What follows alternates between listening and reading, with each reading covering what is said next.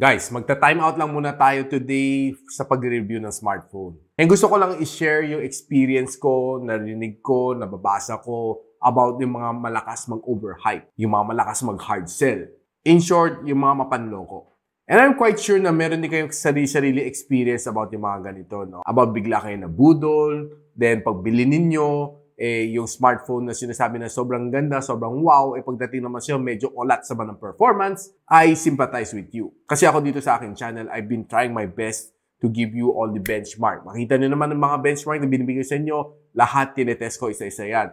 Lalo na kayo ng battery stress test is that hindi biro din yan. Magdama nga, halos one whole day ko itetest, iwanin ko yung smartphone yan para mag-drain test and charging test, and all of the other benchmark na ginagawa natin dito sa aking channel. So ano nga ba issue ko sa overhyping? Well, nainis ako kasi sobrang sayang ang pera na inipon ninyo.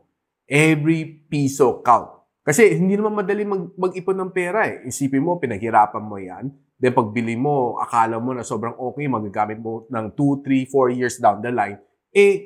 Sa ganitong performance, halos hindi naman feel mo, hindi naman tatagal tong phone na to sa'yo. Ang mahal ang bili mo. Hindi biro. So, nabili mo ng 14,999.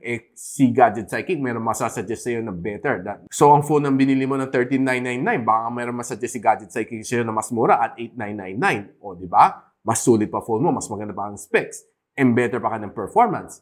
Pero, same on chipset. At yun ang gusto ko iparating sa inyo, na mag-research kayo, tumingin kayo ng mga reviewers, mga honest tech reviewers, and there's quite a number of them here sa Philippines na can give you honest opinion, honest review, honest pricing, and honest performance. Pati mga camera shots, mga gaming, lahat ilalatag nila para sa inyo. And alam ko na mga hirap ng buhay ngayon, hindi naman talaga madali makaipon ng pera.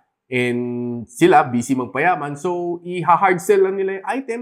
So sabihin na sobrang wow, sobrang okay, sobrang panalo, at yung masa na hindi masyado maalam sa mga specs, mapapabili. So mabubudol sila, masasayang pera nila dyan. Yung hard-earned money nila, talagang masasayang. Parang finlash mo lang sa inidoro. At yun ang gusto ko maiwasan dito sa inyong mga consumer. Kasi ako personally, I believe that you guys deserve more than what you pay for. And malalaman nyo rin naman kung yung phone na yun is okay o hindi. Kasi I'm sure sa mga forum, sa mga community, pag-uusapan yung phone na yun.